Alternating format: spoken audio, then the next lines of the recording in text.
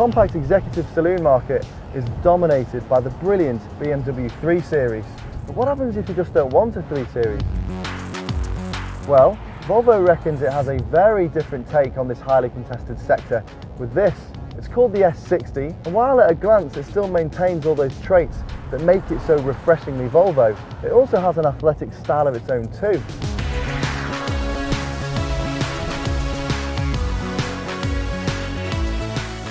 The S60 marks a significant departure in the company's design language, ushering in a more sports-orientated saloon focus. It's almost a four-door coupe in profile, and even the old-school oblong grille has been replaced by something more rounded, with a new Ironmark logo taking centre stage.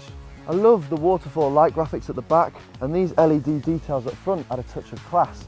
But the combination of these newly swept-back headlamps and long tapered bonnet reduce that traditionally solid Volvo stance and almost makes the nose look a little bit droopy from head on.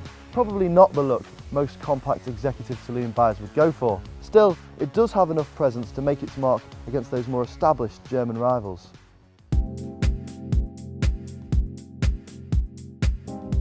Inside, the quality of materials is top rate, and thanks to decent practicality, plus these very comfortable orthopedically designed anti-whiplash seats, it makes covering long distances in here very easy. The dash is very cleanly laid out, and you get Volvo's trademark floating centre console that's slightly angled towards the driver and houses all the main controls. The Sat-Nav is a little bit fiddly to operate with these rotating dials, but the voice activation system is a very elegant solution and can even understand mild Scouse accents, as I will now demonstrate. Go to address. Please say a town name. Newport. Calculating route. So it's quite an easy process and it takes you through a number of steps, but you get there in the end. Volvo has also become synonymous with safety, so in addition to intelligent side and curtain airbags, ABS and city safety coming as standard, you can spec a whole host of other options, including blind spot indicators, lane departure warning systems, a driver alert system, adaptive cruise control, and even a pedestrian detection system. Less impressive is the amount of space on offer here in the back.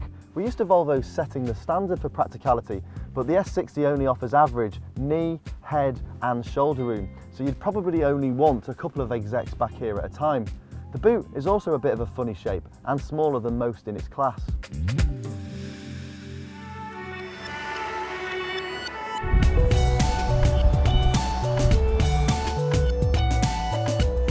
Without doubt, this is the most dynamically competent Volvo we've tested. It may not be as agile as a BMW 3 Series, but the S60 manages to entertain on a B road as well as offer refinement on motorways. There's very little body roll, and the steering is accurate and precise, though a bit short on feel. And if you spec one of those rapid T5 or T6 petrol versions, you will have some grin on your face. That said, the ride is firm, even without the optional R-Design sports chassis, and some manual drivers may find the lack of a clutch footrest quite annoying.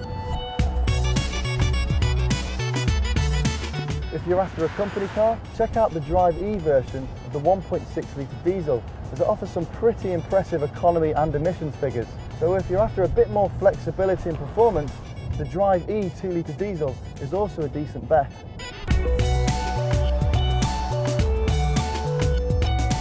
Volvo has been trying to get on terms with BMW, Audi and Mercedes for some time, and though we'd still place the S60 behind their respective offerings, the gap has never been closer. With strong reliability records, frugal engines and now some added style, the S60 has a distinct flavour that will really appeal to those wanting a slightly alternative compact executive saloon.